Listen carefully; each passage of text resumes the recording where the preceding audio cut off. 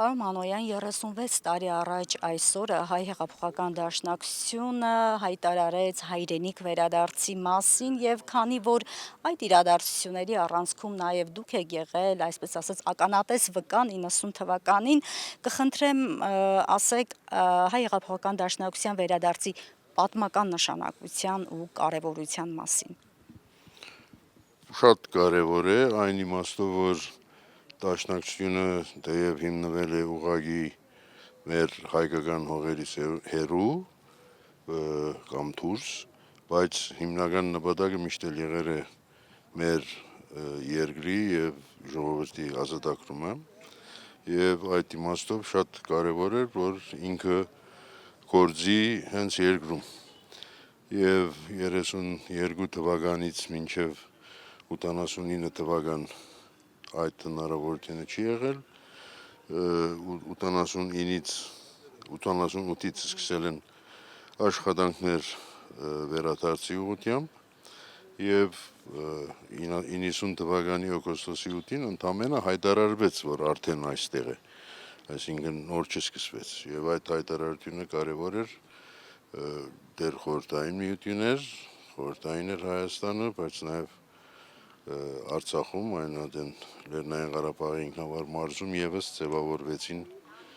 գազམ་ակերպական բջիջներ եւ աշխատանքը շատ ավելի ակտիվ ձևով կարելի եղավ առաջ տանել։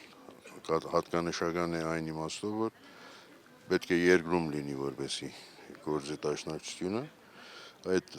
32 թվականից 89 թվականը, այսպես ասած, պարտադրված իրավիճակում այդ հնարավոր չէր եղել, իսկ վերջը արդեն հնարավոր է։ Պարոն Մանոյան, որոշակի գաղափարներով նաև Դաշնակցությունը վերադարձավ հայրենիք, վերադարձ երկիր կարգախոսով, այդ գաղափարների իրագործման ճանապարհին փոփոխություններ եղել են արդյոք։ Նպատակների իմաստով ոչ, կարող է տվյալ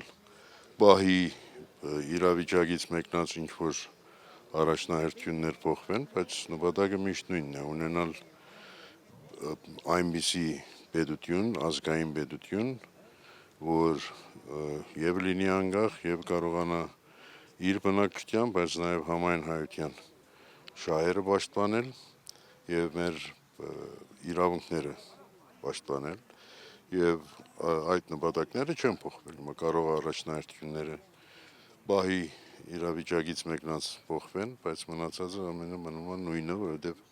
դա է հիմնական, այսպես ասած, առաքելությունը Դաշնակցության, որ ինքն ստանցնել է եւ ժողովուրդն էլ արդեն 136 տարի է, որ ընդունում է ժողովրդի այն հատվածը, որ համակրում է Դաշնակցության, համաձայն է, որ այդ ուղղությամբ էլ կուսակցությունը շարունակի աշխատել։ Պարոն Մանոյան, կրկին վերադառնալով 90 թիվ, այդ իրադարձությունում հատկապես որ դրվագն է տպավորել ձեզ, ինչն է, որ այսպես ասած առանձնացրել եք ձեր հիշողության մեջ։ Մի քանի բաներ կան եւ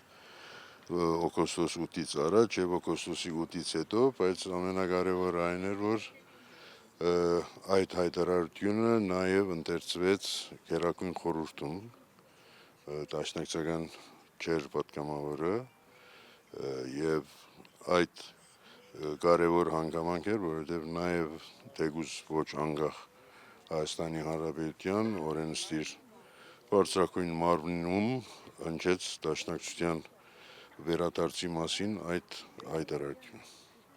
Եվ Հայ հեղափոխական դաշնակցության հայրենիք վերադառնալու այս շատ կարևոր օրը այսօր նշվում է եռաբլուրում, սա ինչ խորհրդանշական ուղերձ ունի։ Սա առնչությունն է, որ այդ վերադարձի հետ նաեւ